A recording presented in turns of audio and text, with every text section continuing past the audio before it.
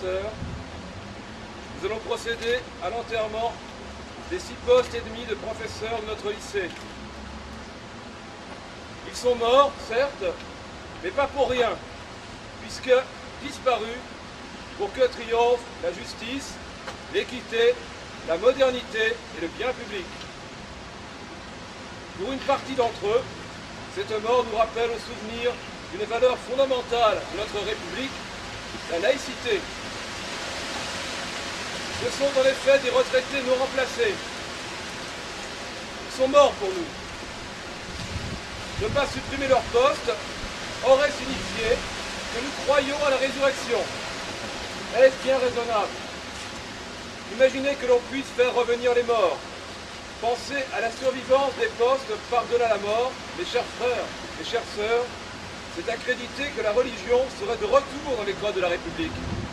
Et à partir de là, pourquoi ne pas aller jusqu'à avancer l'idée que les curés sont plus à même que les professeurs pour transmettre des valeurs et toute une culture? La suppression de ces postes est donc bien un signe fort pour rappeler que l'école républicaine et laïque est donc fière de ces morts qui ne reviendront plus sous une forme ou une autre. Pour une autre partie de nos chers postes disparus, ayons à cœur de surmonter notre chagrin en regardant en face la réalité vraie. Ces postes traversent aujourd'hui le purgatoire, dont ils ressortiront bientôt, purifiés, adaptés au monde moderne. Ces postes seront mobiles, dispersés intelligemment sur plusieurs établissements. Ils verront du pays. Ces postes seront précarisés et cette épreuve les responsabilisera face à leurs employeurs. Ces postes seront polyvalents afin de permettre une meilleure diffusion de l'inculture dans la jeunesse. Ces postes participeront à la totale valorisation du métier d'enseignant, sacrifice suprême des grandes âmes.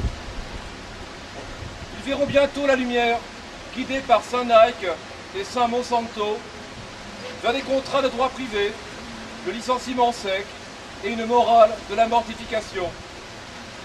Chers frères et chères sœurs,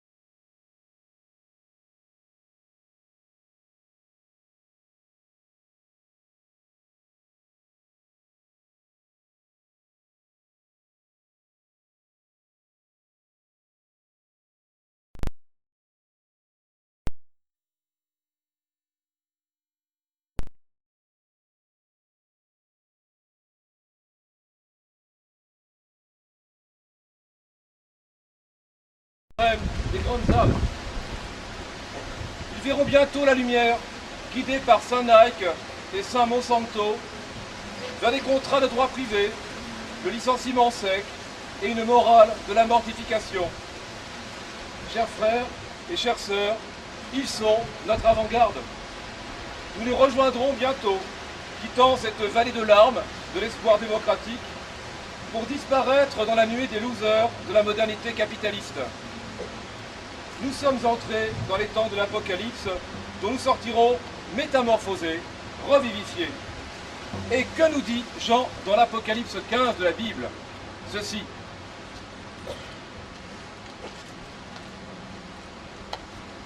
Puis je vis dans le ciel un autre signe grand et admirable, 7 anges qui tenaient 7 fléaux, les derniers, car par eux s'accomplit la colère de Sarko.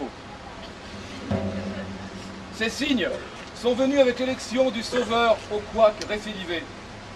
Et nous devenons les bras armés d'une barbarie douce, où, recrutés sans concours et soumis à de basses tâches administratives et de contrôle social, nous entretiendrons l'abêtissement de la jeunesse, vouée à travailler plus et se taire pour consommer plus, et regarder en aveugle sombrer l'humanité dans la guerre, les crises économiques et les catastrophes écologiques.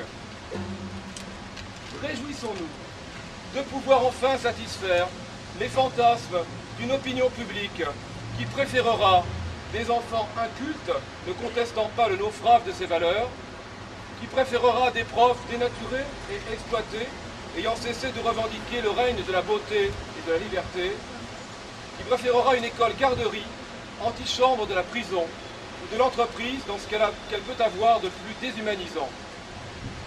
Alors pour nos morts, ce n'est pas un adieu, mais un au revoir. À travers ces poubelles, ils nous tendent la main et nous appellent à les rejoindre dans la sainte abîme, pourvu que nous soyons persévérants en acceptant toutes les démissions, les régressions, les amputations, qui sont le lot commun des peuples éteints qui basculent dans les tragédies consenties. Amen.